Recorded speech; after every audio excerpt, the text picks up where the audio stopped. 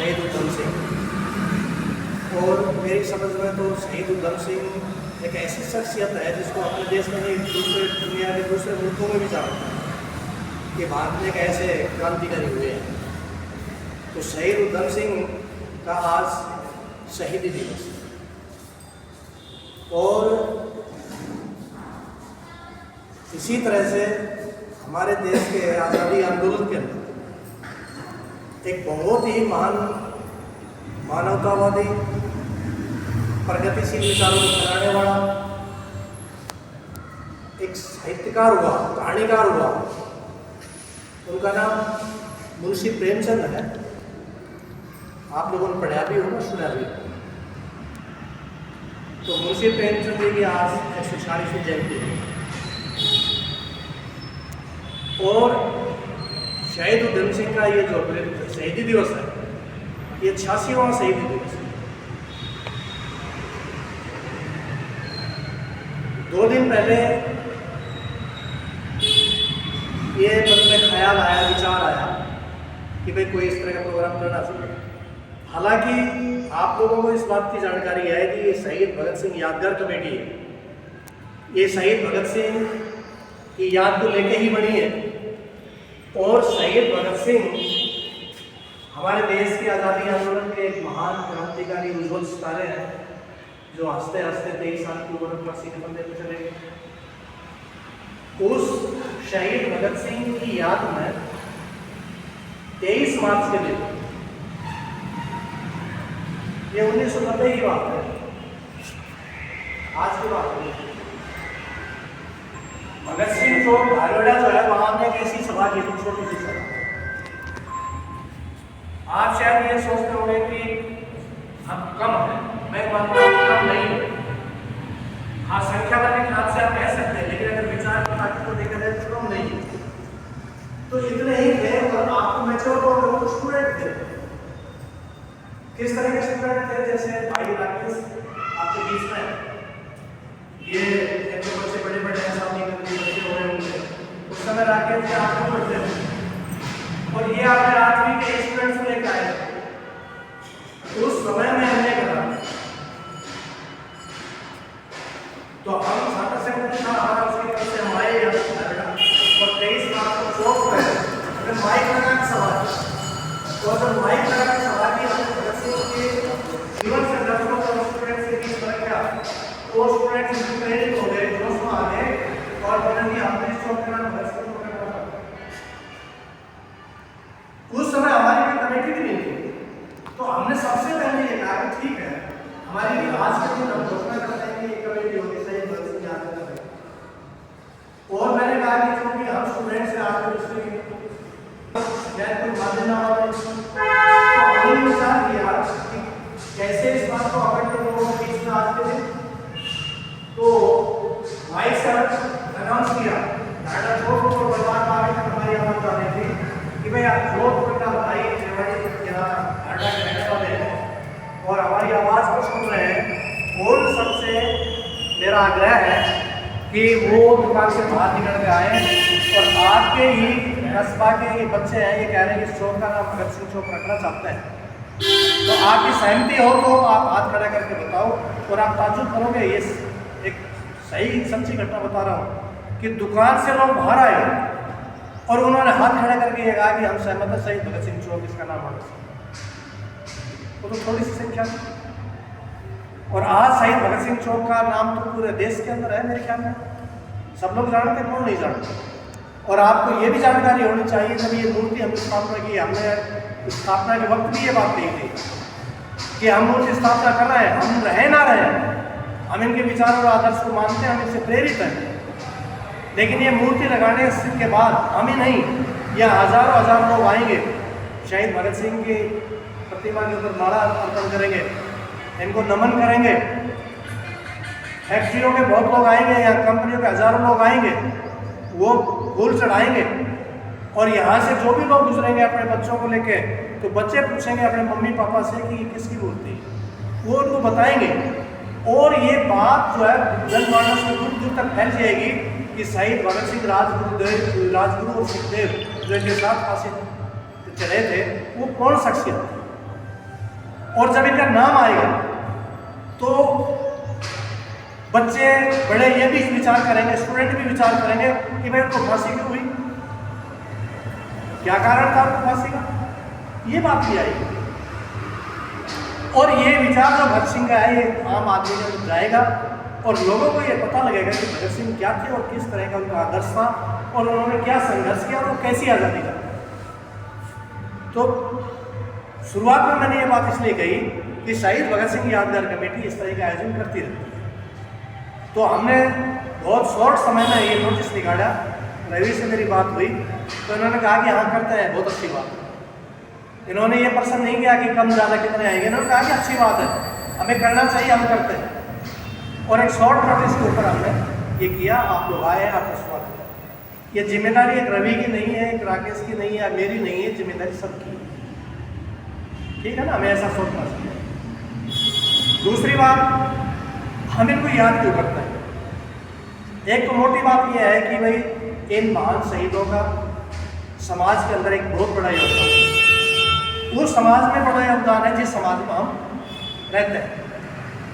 और हम इनको इसलिए भी याद करते हैं, नमन करते हैं कि जब ये पैदा हुए उस समय यहाँ अंग्रेजों का शासन, और अंग्रेज लोग यहाँ की जनता के ऊपर अत्याचार करते थे और यहाँ के संसाधनों को लूट कर अंग्रेज अपने देश में ले जाते थे, वहाँ से माल तैयार करके वो माल हमारे मार्केट में बेचते थे और मुनाफा कमाते थे। और साथ ही साथ हमारी खेती के ऊपर उनका कब्जा था, हमारे शिल्प उद्योग के ऊपर उनका कब्जा था, वो उनसे काम करवाते थे और वो काम करवाते थे जिनसे उनको मुनाफा होता था। आज़ादी की लड़ाई में आप बात सुनेंगे, चंपारण के किसानों ने बहुत बड़ा आंदोलन किया था जिसको नील विद्रोह के नाम से जानते हैं इतिहास में। अंग्रेजों ने ये कहा कि हमारे यहाँ देश में नील का एक पौधा होता है, नील की खेती होती थी। अंग्रेजों ने कहा कि जो नील हम इंग्लैंड में बनाते हैं वो नील यहाँ के मार्केट में हम बेचेंगे, आप नील की खेती बंद करो। किसानों ने कहा कि नहीं, हम बंद नहीं करेंगे, ये हमारी आजीविका है। तो बहुत भारी पुलिस दमन जो है वो किसानों के ऊपर हुआ, बहुत किसान उसमें शहीद हो गए। तो एक एक क्षेत्र के अंदर, चाहे किसान है, चाहे छात्र है, चाहे नौजवान है, चाहे वो कारखाने का मजदूर है, सभी लोगों ने मिलकर जो है ये लड़ाई आज़ादी की लड़ी थी कि ये अंग्रेज हमारे ऊपर शासन करता है, हमें लूट करता है, और जब हम विरोध करते हैं तो हमारे ऊपर ये जुल्म करते हैं, हमें मारते हैं, पीटते हैं। और कम मारपीट नहीं करते, बहुत बेइंतहा। ये मुंशी प्रेमचंद जी जिनका हमारा जयंती मना रहे हैं, इनकी कहानी है जेल, आप पढ़ के देखो। गाँव के अंदर जो ये लंबड़दार होता है, इस तरह के लोग लगान उड़ाते थे। लगान फिल्म देखी होगी आपको, लगान फिल्म का नाम तो सुना होगा, अगर सुना है नहीं देखी तो देखना, लगान फिल्म आमिर खान की है ना, आमिर खान की है ना, हाँ आप देखना उसको कि किस तरह से लगान वसूल करते हैं अंग्रेज किसानों से। और हमारे यहाँ के जो मुकदम है, जो घोड़पोश है, जो जेलदार है, वो उगा के देते थे। तो सूखा पड़ गया है, सूखा पड़ गया तो लगान जब लेने के लिए आए फसल के ऊपर, वे फसल तैयार होगी, लगान चाहिए, तो किसान ने कहा कि हमारे पास नहीं है, हमारी फसल ही नहीं मिली। तो पुलिस ने और जो लगान उड़ाने वाले जो जेलदार थे उन्होंने उसको बहुत पीटा। उसकी पत्नी जब आई तो उसकी पत्नी को पीटा, उसके साथ रेप किया, आप समझ रहे हो, उसके साथ उसकी पत्नी के साथ बलात्कार किया और उसको बहुत भारी बेइज्जत पीटा उस किसान को। ये स्थिति थी। पता है बड़े बुजुर्ग तो हमें ये बताते हैं कि हम मतलब एक जैसे वो जेलदार या राजा का सामंत जो है, जो अंग्रेजों का साथ जुड़े हुआ था, वो अगर मान लीजिए लगान उड़ा रहा है तो हम दूसरे उसमें चले जाते थे फसल निकाल कर, दूसरे राज्य की सीमा कि वो देख उड़ते चले जाएंगे, भाई तो छोड़ के चले गए। तो इतना भारी जुल्म होता था उसका। तब इन लोगों ने देश की आज़ादी की लड़ाई लड़ी थी कि नहीं, हर आदमी को अधिकार होना चाहिए, उसका जीवन का अधिकार, उसका जीने का अधिकार उसका अपना है, वो इंसान है, मानव है, उसको इंसानी अधिकार मिलना चाहिए, उसके साथ पशुओं का व्यवहार नहीं होना चाहिए, उसकी बोलने की आज़ादी होनी चाहिए, उसको अपने जीवन चलाने के हर मामले में आज़ादी होनी चाहिए, और ये जो पुलिस का डंडा है, जो अंग्रेजों का डंडा, ये नहीं चलेगा। ना राजाशाही चलेगी, ना अंग्रेजों का डंडा। ये लड़ाई उन लोगों की। तो भगत सिंह 23 मार्च 1931 को फांसी हो गई। जब 23 मार्च 1931 को फांसी हुई तो फांसी के वक्त भगत सिंह जेल के अंदर दुनिया के एक महान क्रांतिकारी की जीवनी पढ़ रहा था। उसका नाम था लेनिन। उसने लेनिन ने 1919 में रूस में क्रांति की, मजदूरों का शासन कायम किया। क्यों पढ़ रहा था? भगत सिंह का ये कहना था, और भगत सिंह के बाद नेताजी सुभाष का भी ये कहना था, और शहीद उधम सिंह का भी ये कहना था। इनका कहना था कि अंग्रेज यहाँ से चला जाएगा तो देश में जो आज़ादी आएगी वो कैसी आज़ादी आएगी? अंग्रेज चला गया और यहाँ का काला अंग्रेज बैठ गया, यानी कि यहाँ का शासक बैठ गया, और फिर हमारे ऊपर जुल्म अत्याचार होगा, शोषण होगा, लूट होगी, हमारी माँ बहनों को इज्जत आबरू की गारंटी नहीं रहेगी, युवाओं को रोजगार नहीं मिलेगा, छात्रों को पढ़ाई नहीं मिलेगी, और महंगाई, बेरोजगारी, भ्रष्टाचार तेजी के साथ बढ़ेगा, तो फिर कैसी आज़ादी? तो भगत सिंह ये कहता था कि हमें ऐसी आज़ादी चाहिए जिसमें हर व्यक्ति को अपना जीवन जीने का अधिकार, और ऐसा जीवन जीने का जिसमें वो खुशहाल हो, उसको रोजगार भी मिले, शिक्षा भी मिले, मान सम्मान भी मिले, हर व्यक्ति को। ऐसा हम राज चाहते हैं, और वो राज अभी संभव है जब देश के अंदर समाजवाद आए, जो रूस में 1919 में कायम हुआ। मेहनत का स्वर्ग का राज, किसान मजदूरों का, पूंजीपतियों का नहीं। अंग्रेज इस बात को समझ गया, इसलिए भगत सिंह को फांसी लगानी पड़ी कि अगर भगत सिंह और भगत सिंह का विचार जिंदा रहेगा तो देश में यहाँ काले पूंजीपतियों का राज नहीं है। अंग्रेज तो ये समझते थे कि यहाँ काले पूंजीपतियों का, यहाँ देसी पूंजीपतियों का राज कायम हो जाएगा तो हम दोबारा आ जाएंगे यहाँ। आज अमेरिका 100% टैरिफ नहीं लगा रहा है, वो व्यापारी तो है। दुनिया के जो दूसरे मुल्क हैं वो व्यापारी तो कर रहे हैं यहाँ के, और व्यापार से मुनाफा कमाते हैं।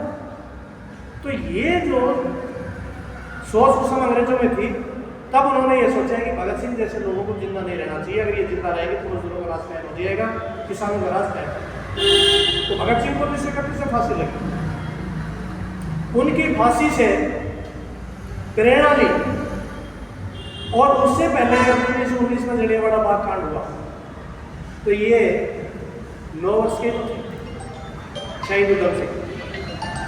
इन्होंने देखा कि अंग्रेजों ने हमारे हजारों लोगों को, महिलाओं को, पुरुषों को, छात्रों को, नौजवानों को जलियांवाला बाग में जहाँ सभा चल रही है गोली से गोली। तो क्या आपको पता है कि वहाँ गोलियां क्यों चलाई थी? नहीं पता ना? पता होना चाहिए सभी को। जिनको पता है अच्छी बात है, लेकिन सभी को पता होना चाहिए। अंग्रेज एक कानून लेकर आए थे, उस कानून का नाम था रोलेट एक्ट। रोलेट एक्ट में क्या था कि कोई आदमी, कोई संगठन इकट्ठा होकर इस राज के खिलाफ आंदोलन नहीं कर सकता, अंग्रेजों के खिलाफ आंदोलन नहीं कर सकता। ये एक एक्ट आया। मतलब आज़ादी की जो लड़ाई लड़ रहे थे लोग, आंदोलन कर रहे थे, जुलूस कर रहे थे, धरना प्रदर्शन कर रहे थे कि अंग्रेजों जाओ, ये नहीं होता। और अंग्रेजों को ये हक मिल जाएगा कि वो किसी भी आंदोलन का दमन कर सकती है, उसका विरोध कर रहे हैं। और विरोध करने के लिए वहां सभा बुलाई थी हमारे देश के जो राष्ट्रीय नेता थे। उस सभा में ये सब बातें हो रही थी, और जनरल डायर जो था उसको ये बात अच्छी नहीं लगी। उसने इसको दमन करने के लिए कि अच्छा हमारे कानून को तुम रोकना चाहते हो, और वहाँ पुलिस लगा के, और उसने आदेश दे दिया अपने अफसरों को कि मशीन गन से चला दो, और मशीन गन से गोलियाँ चला के हजारों लोगों को दे दी। और आपको पता है इस बात का कि वहाँ कुआं भी भर गया, हजारों लोग भरे, हजारों हजार लोगों को रास्ता नहीं मिले, क्योंकि सारे गेट रोक दिए पार्क अंग्रेज पुलिस। समझ रहे हो? अंग्रेज पुलिस ने सारे गेट रोक दिए। अब लोग कहाँ जाए? गोलियां चल रही है, लोग भाग रहे हैं बदहवास होकर, और वहाँ कुआं था, कुएं में अपनी जान बचाने के लिए भाग रहे हैं, और कुआं रास्ते से भर गया। कितना भारी नुकसान आ रहा। एक शहीद उधम सिंह ने देखा, इसके दिल में उसी से मुलाकात हो गई। और भगत सिंह भी उसी से पैदा हुआ। भगत सिंह स्कूल में नहीं गया जलियांवाला बाग से, और वो खून सनी जो मिट्टी थी वो उठाकर अपने घर लेकर आया भगत सिंह, और अपने मेज पर रखकर वहाँ जो है 2 फूल रख के बैठ गया भगत सिंह। उसकी बहन आई बीबी अमर कौर, भगत सिंह क्या कर रहा है? वो लोग पूजा कर रहे हैं किसकी? मेरे देश के जो लोग शहीद हुए हैं जलियांवाला बाग में, उनके खून की पूजा कर रहे हैं। भगत सिंह को भी वहाँ से प्रेरणा मिली और शहीद उधम सिंह के मन में तो नफरत आ गई थी। और जब ये बड़ा हुआ तो इसने इंग्लैंड में जाने की ठानी।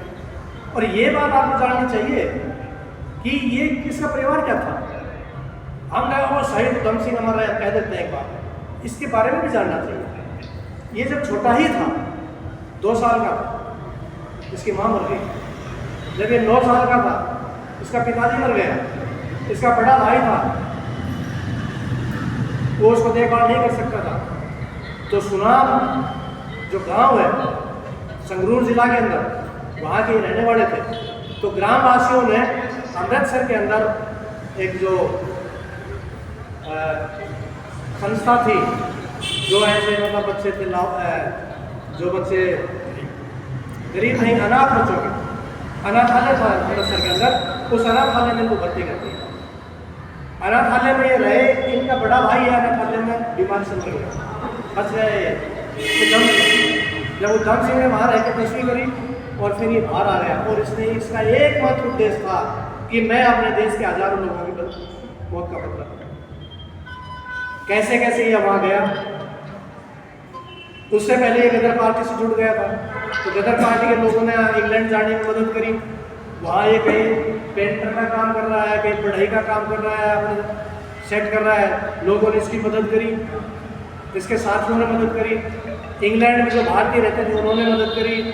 और फिर वहीं जो है ना एक पार्टी, एक ऐसा वो था सेंटर जिसमें लोग बाग जो समय अपने पार्टी करने के लिए जाते हैं, वो सेंटर में ये गया हुआ था। वहाँ किसी अंग्रेज सैनिक से इसने एक रिवॉल्वर खरीदी और उसको किताब के अंदर छिपा के, रिवॉल्वर की तरह किताब के पन्नों को काट के और उसको छिपा के लेके गया। कितना इसने किया। और जब इसको ये भाग्य नहीं, जब जनरल डायर ने ये कहा, जनरल डायर ने जब ये कहा कि मैंने वहाँ अंग्रेज भारतीयों को ऐसे जन गोली चला के मारा, तो ये सामने वहाँ सब उसकी सभा को सुन रहा था बैठा, ये खड़ा होकर मैंने उधम सिंह ने गोली मार दी कि हम भी तेरे को उसका बदला देते हैं, तेरे हमारे देश के लोगों को मारा, हम भी जो है उसका बदला लेने के लिए आए हैं, तेरे को भी वही मार। और भाग्या नहीं वहाँ से, उधम सिंह को पकड़ लिया। जब उधम सिंह जेल में था, जब इसके नाम की एंट्री हुई तो इसने अपना नाम बताया, राम मोहम्मद सिंह आज़ाद। राम मोहम्मद सिंह आज़ाद। तो राम हिंदू नाम है, मोहम्मद मुस्लिम नाम, सिंह आप लगा लो कि सिख कम्युनिटी सिंह था, और आज़ाद अपने आप को कहता ही। तो ये नाम देने के पीछे तो कितना बड़ा एक जो है ना इसका वो विचार, कितना बड़ा विचार कि एक जो उस समय जो सांप्रदायिकता का माहौल कुछ लोगों ने बना रखा था, हिंदू मुस्लिम, और जातिवाद उस समय बढ़ जाता था।